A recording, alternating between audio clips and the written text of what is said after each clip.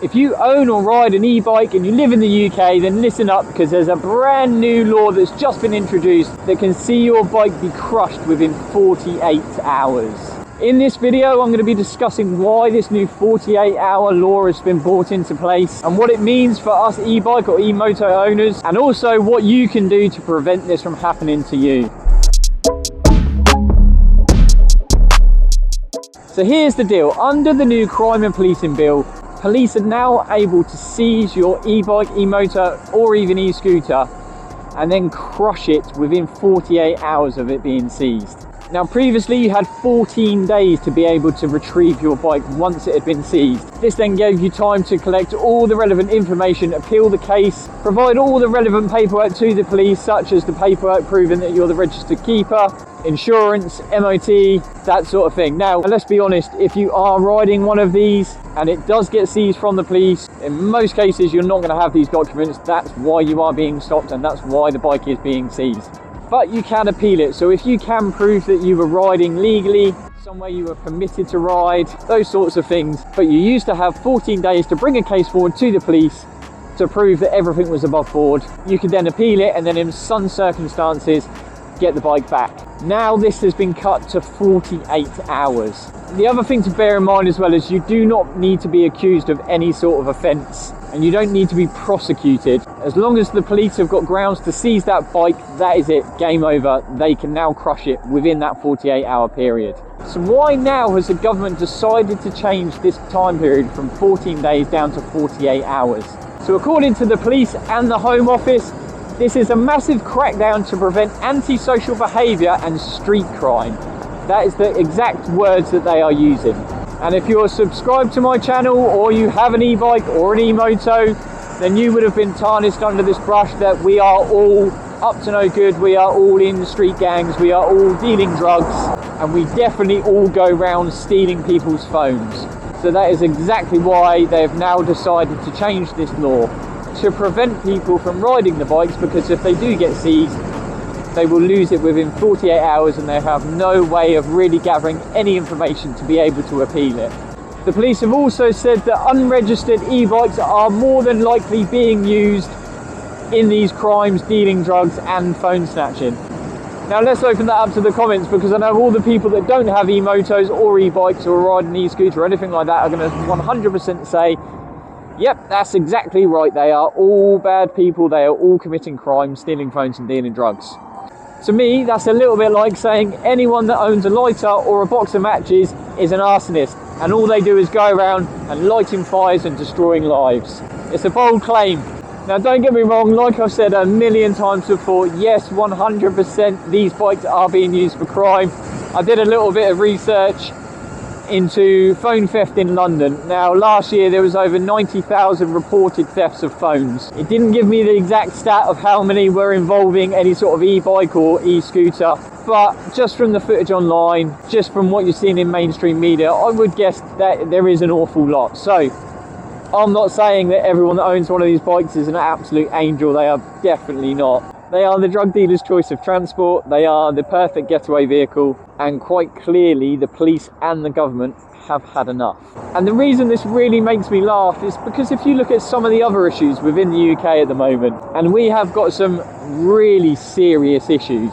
Phone theft is on the rise, 90,000 phones have been stolen, yeah, that is terrible. But the hundreds of thousands of people that are arriving on our shore that we have absolutely no idea who they are, where they've come from and what they are getting up to in our country, all of a sudden that problem, I don't know what we're going to do about this. And this has been going on for years, but for some reason we can't do anything about it. But anyone with an e-bike is a criminal and we must stop that. And I'm sorry if you disagree with e-bikes and e-motos, e-scooters, yeah, 100% get it, but you cannot deny the fact that there is some absolutely horrendous stuff going on in our country, and that just proves the laws can be changed so quickly, but when it comes to the actual real big problems here in the UK, nothing's getting done. Anyway, this video is not all about all the issues we have here in the UK and our borders. So anyway, let's talk about how this 48-hour rule works. So the police catch you riding illegally, they will then go ahead and seize the bike, And just to break that down a little bit further, this is seized on the spot. There is no negotiation. They will physically stop you, pull you from the bike, call for recovery, and that bike will be taken immediately. No warning, no hesitation. The rider then has 48 hours to provide proof of ownership and proof that that bike is legal. And if you cannot prove any of these things, or it takes you longer than 48 hours to find the evidence and the proof, that is it. The bike is then crushed. Now, the next question we need to talk about is why. Why have the government, the police, changed this window of opportunity from 14 days down to 48 hours? Now, let's be honest, it's pretty obvious. They want to get rid of as many of these illegal bikes off the road as quick as they possibly can. They don't want to give people the chance to be able to prove or appeal or anything like that. They just want to seize the bike, crush it, get rid of it, move on to the next one. The Home Secretary James Cleverly came out and said that this sends a clear message to the yobs that think the roads are theirs, because everyone that owns one of these bikes is a yob. A lot of us, we're all yobs, we're all thieves, we're all drug dealers, so that sends a very clear message to all of us. The other reason why they have closed the gap to a 48-hour period is the fact that when the bike is seized, it goes to a recovery company, an impound yard, and once it is in there, there is a fee to store that bike every single day. And I'm guessing in a lot of these cases where police are chasing people riding these bikes and the rider managed to get away, then who foots the bill? If they've got no one to send that bill to, who foots it? Police have also invested a huge amount of money into different techniques in order to catch people riding these bikes illegally. Like I spoke in the last video, the seized video, there's a massive crackdown by the UK at the moment. They have now invested into drones to try and catch people riding these illegally. They put a huge task force out onto the streets to try and catch people. They are also using invisible UV spray. So if you were to try and escape the police, they will spray you with some special paint, and when they eventually catch up to you and take you into custody, they will put you under a UV light, and that will then identify that you are definitely the rider and you can be prosecuted. So yeah, that is their new technique. They will spray you with some invisible paint and easily be able to identify you. That will definitely help catch people and bring the crime rate down. So what can people do to prevent your bike being seized within this 48-hour period? So number one, if you are riding an e-bike, make sure it follows the EAPC regulations. And if you are riding an e-moto, then it must be registered for road use, have a number plate, insurance, MOT, yada yada yada. Now, if you do have an e-moto and it is not road registered and you are looking to do so, then I do have a video that explains everything step by step, so you can legally ride your Surron, Talaria, any kind of e-moto, as long as it has a VIN number, legally in the UK. So I'll put that out at the top of the screen now if you are interested in doing it to your bike.